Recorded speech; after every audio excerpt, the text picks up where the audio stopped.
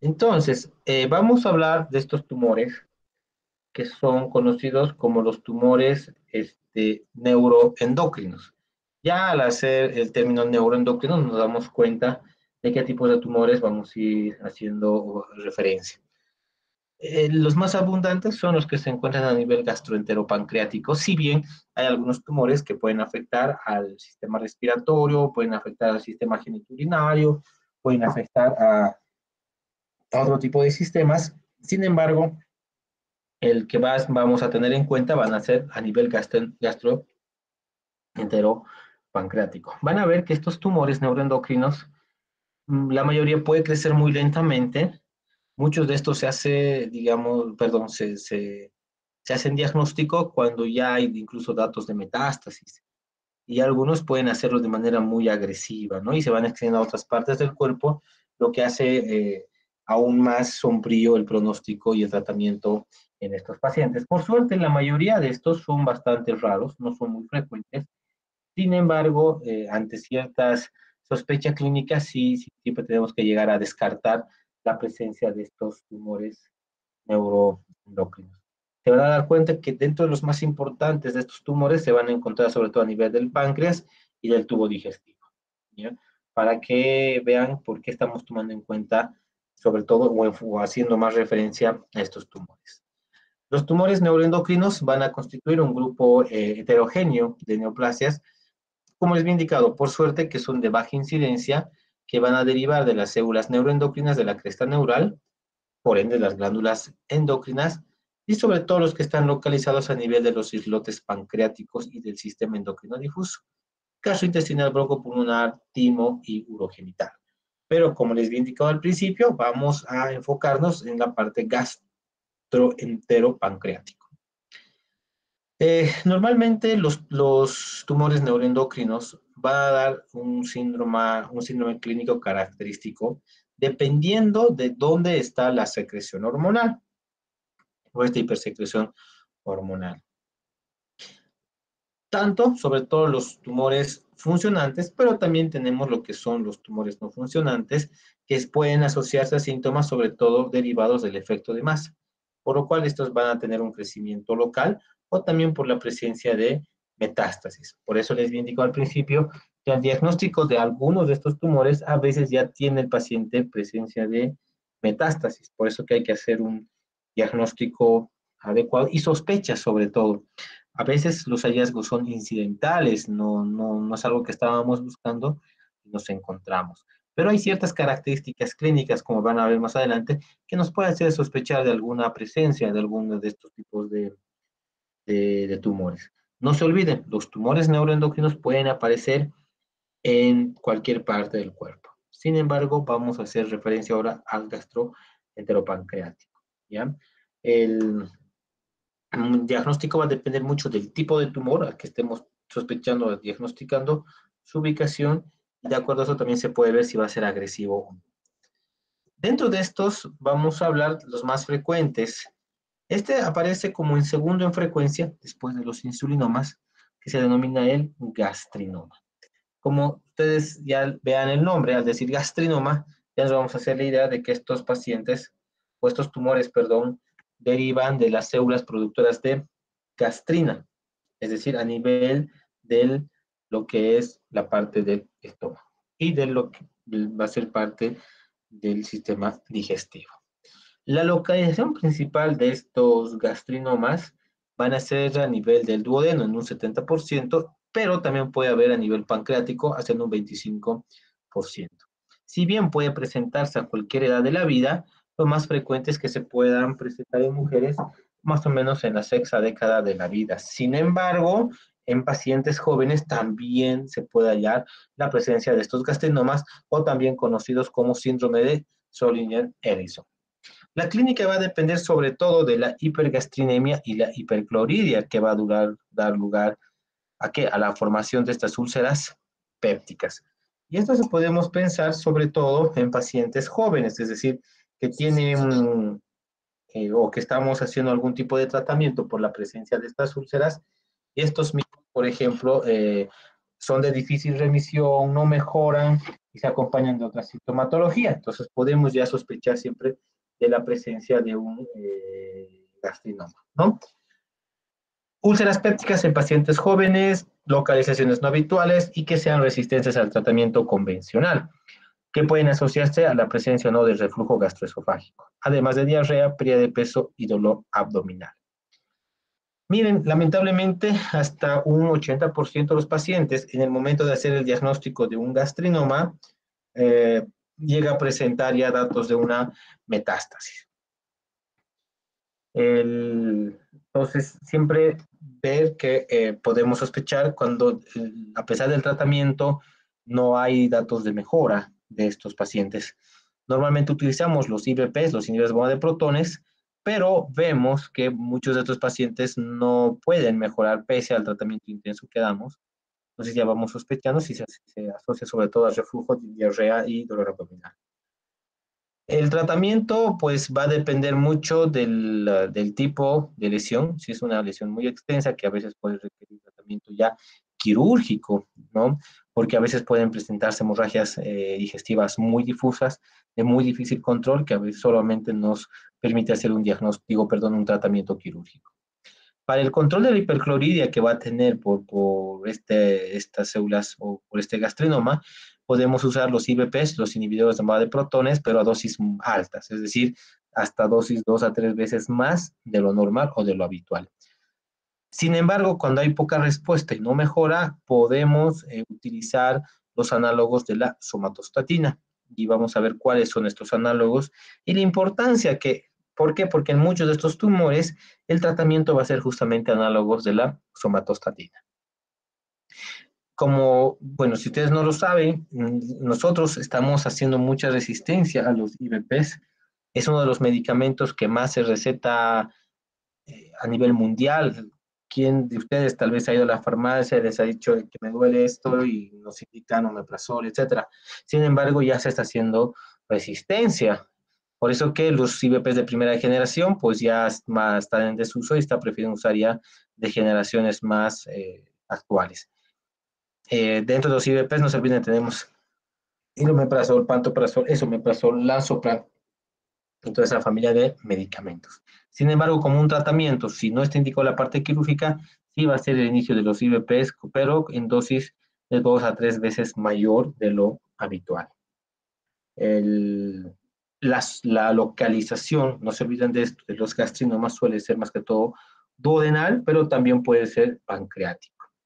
Estos ya van a ser por múltiples úlceras, pacientes jóvenes con pirosis, dolor abdominal, diarrea, etc. Entonces, por favor, siempre tratemos de descartar en pacientes que no mejoran con el tratamiento y también nos podemos hacer una ayuda muy importante mediante la realización de una endoscopia digestiva alta, lo cual de alguna manera nos va a permitir evidenciar la presencia de estas úlceras gástricas.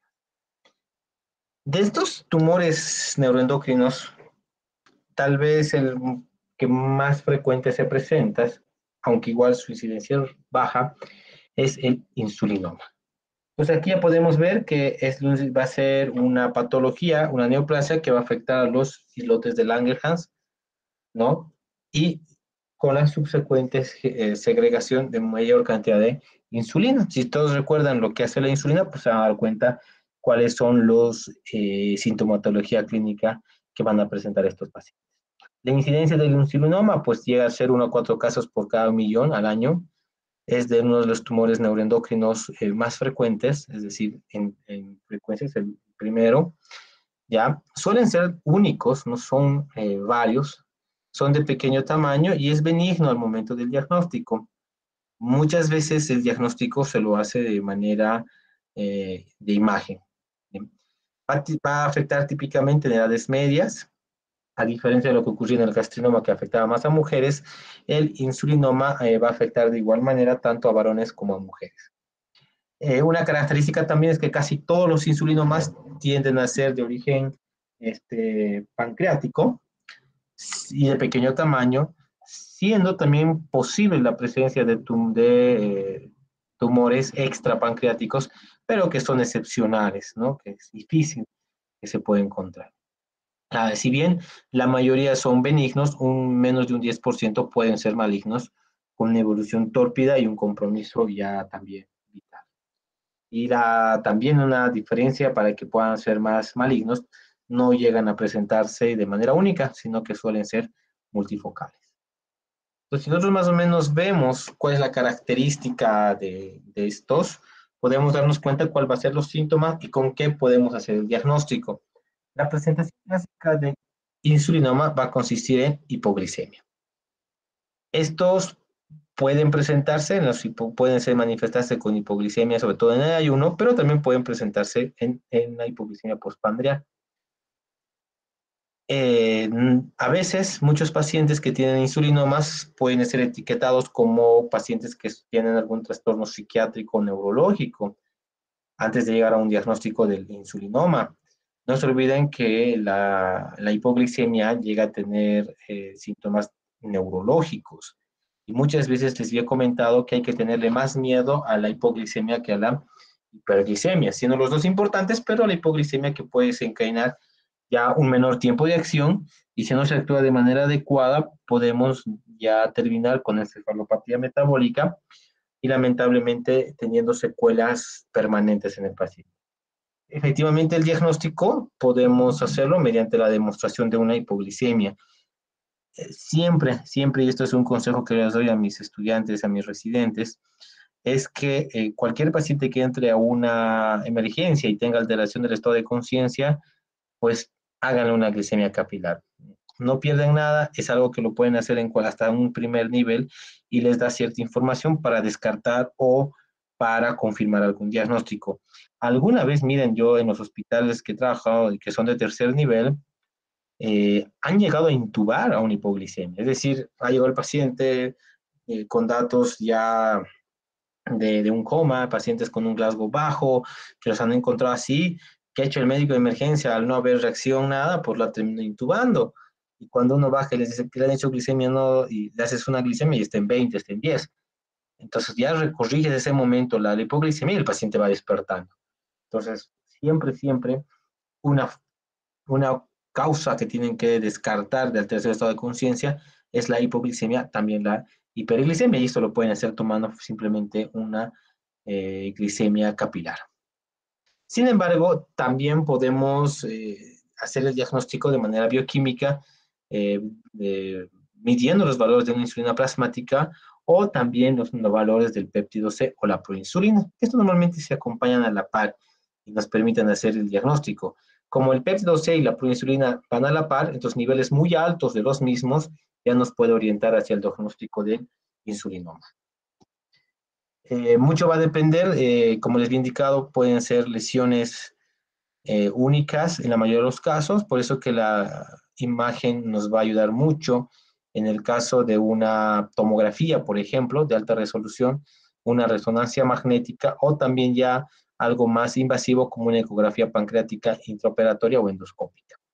Siempre vamos a sospechar cómo podemos hacer el diagnóstico mediante un test de ayuno y ver si el paciente ya tiene hipoglicemia, una hiperinsulinemia o un péptido C elevado. Otra prueba no invasiva que podemos hacer justamente son las de imágenes mediante una tomografía, una resonancia magnética y dentro de las pruebas invasivas ya la ecografía pancreática endoscópica o la ecografía intraoperatoria. Entonces, eso podemos hacer, siempre sospechamos y en pacientes que no resuelven pese a la administración de dextrosa 50%, podemos sospechar de la presencia de un insulinoma.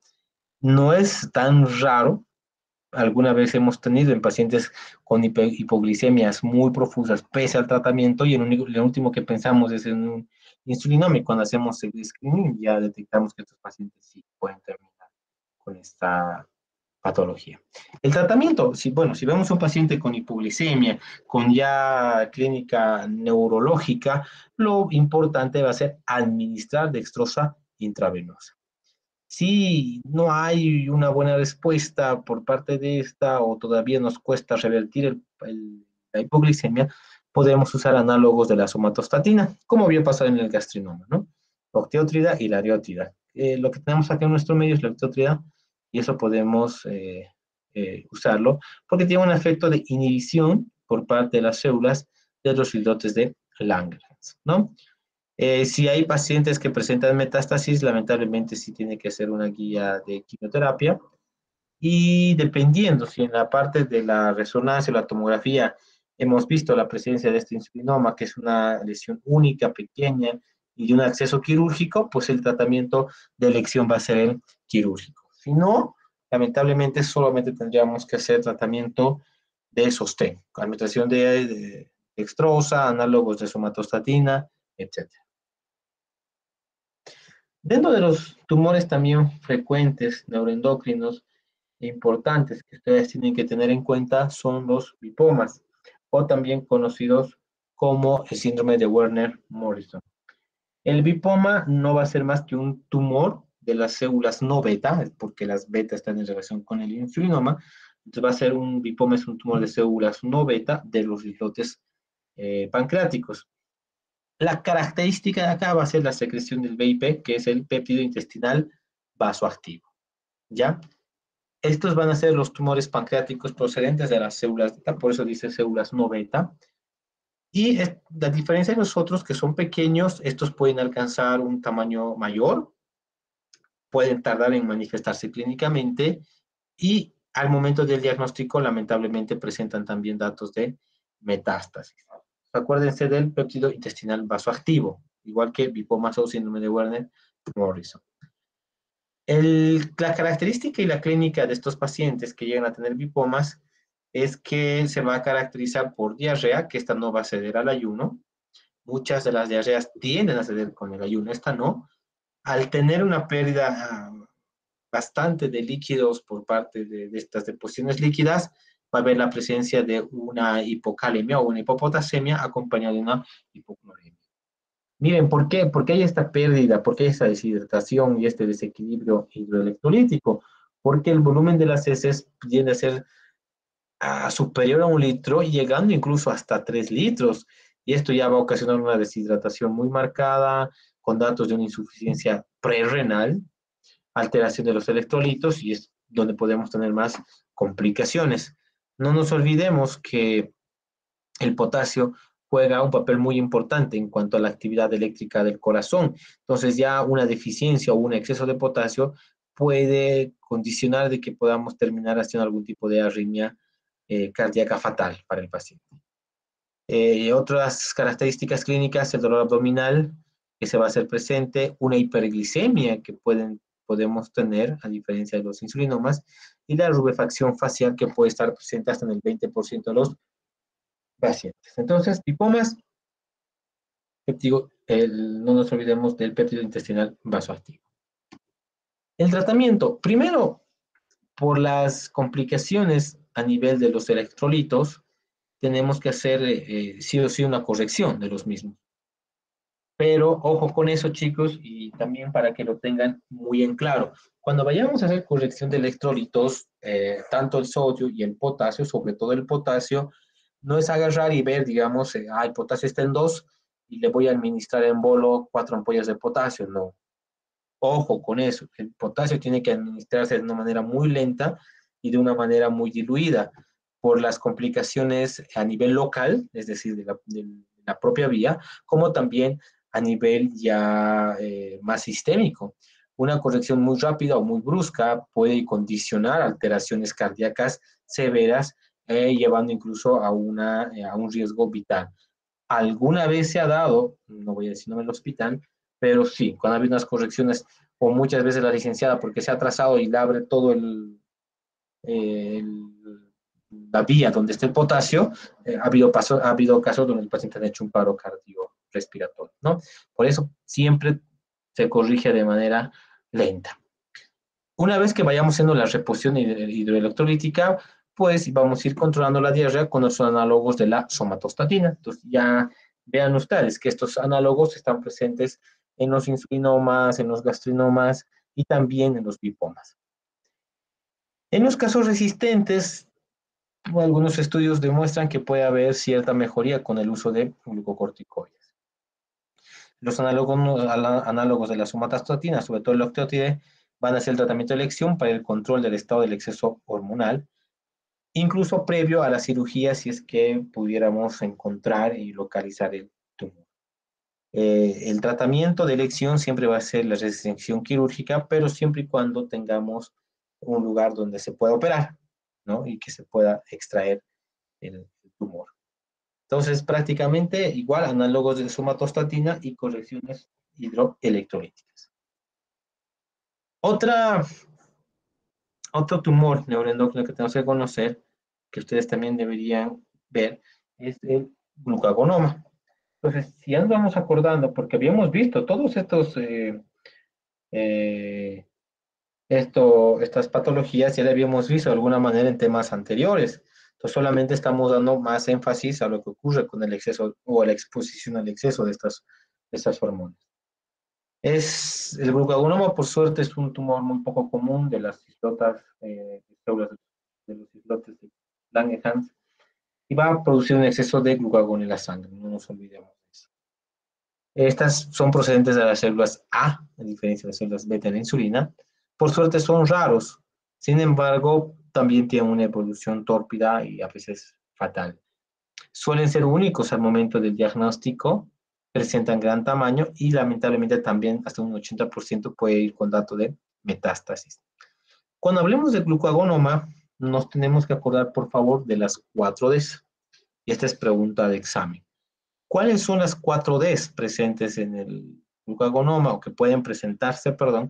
Es la dermatosis, diarrea y la depresión. Y un término en inglés que se conoce como deep vein thrombosis, que es en español trombosis venosa profunda. Entonces, las 4Ds: dermatosis, diarrea, depresión y trombosis venosa profunda.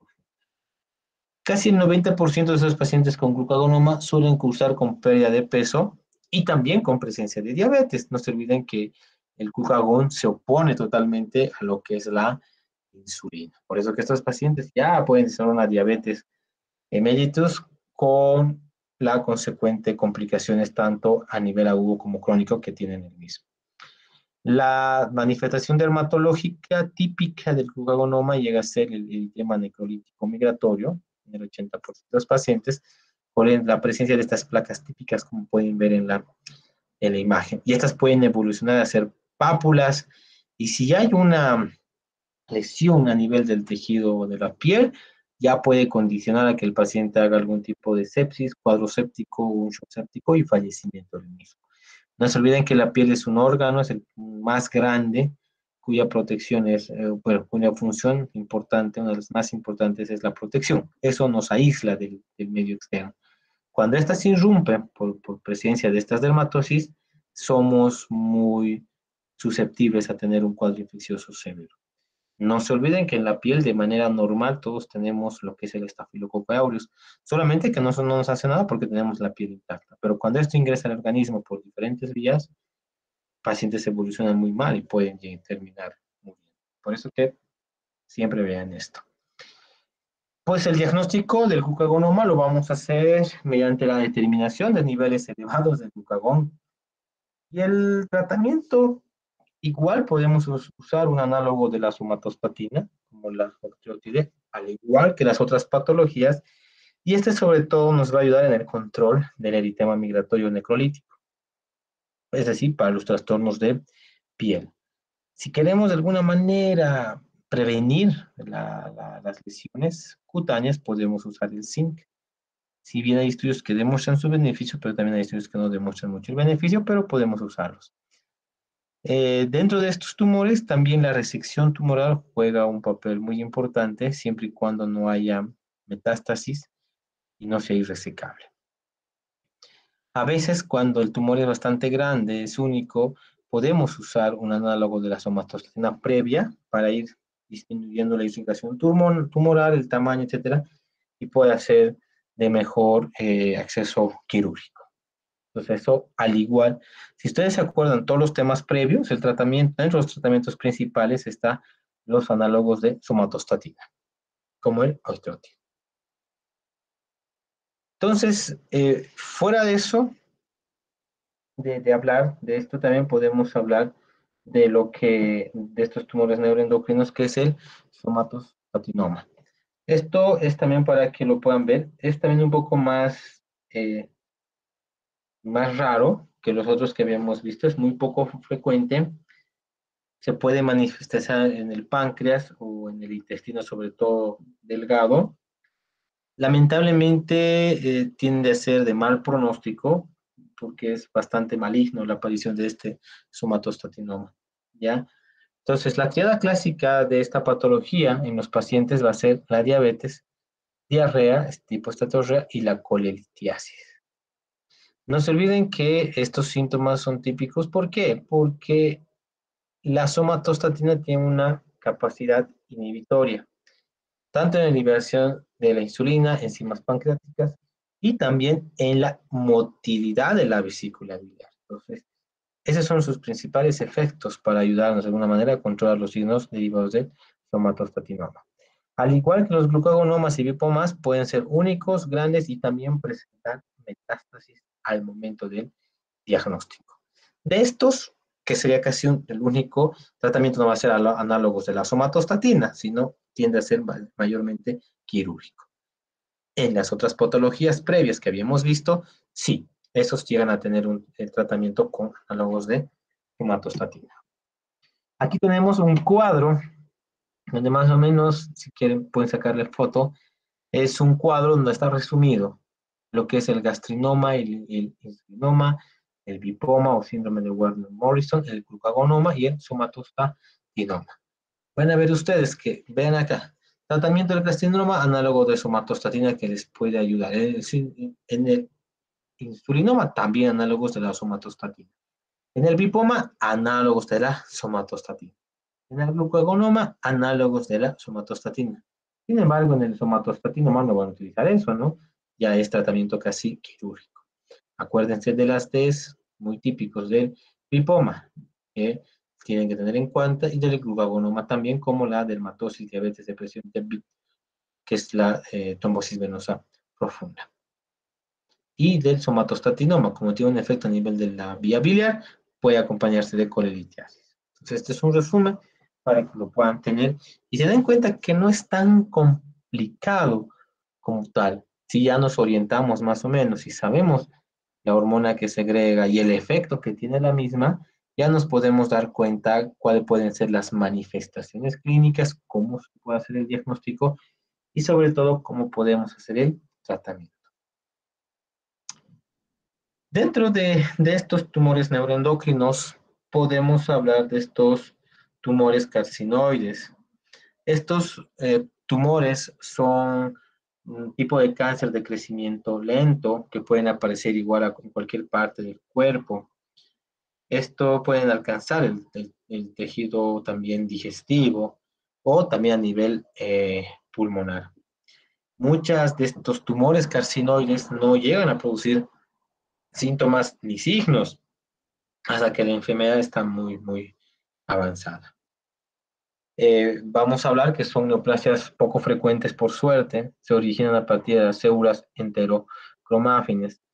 Si bien pueden localizarse en todo el cuerpo, en el 60% están ubicados en el tracto gastrointestinal, seguido de la parte pulmonar o respiratoria, y el otro 15% puede estar en el timo, testículo, ovarios, corazón, incluso oído medio.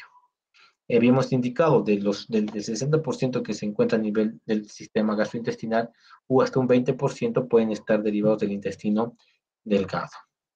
Vamos a ver que a veces hay muchas hormonas que van a la circulación sanguínea y estas no pueden ser metabolizadas por el hígado, por eso que pueden verse niveles muy elevados en esta patología, tanto de triptófano, serotonina, calicreína o prostaglandinas. Dentro de la clínica de estos tumores carcinoides, igual vamos a hablar mucho de lo que es la diarrea secretora, que está presente hasta en el 70% de los pacientes, la rubefacción facial, que está presente hasta el 90% de los pacientes, y una cardiopatía carcinoide. Esta se puede traducir en datos de una insuficiencia valvular, sobre todo la válvula tricuspidea, o también de la estenosis de la válvula pulmonar, y con la subsecuente complicación, ¿no? A nivel pulmonar que puede llevar la misma. También la presencia de telangiectasias, pelagra por déficit de niacina o las sibilancias, dando datos de un broncoespasmo severo. Este síndrome o estos tumores carcinoides también pueden presentarse como una emergencia endocrinológica, y esto se conoce como crisis carcinoide.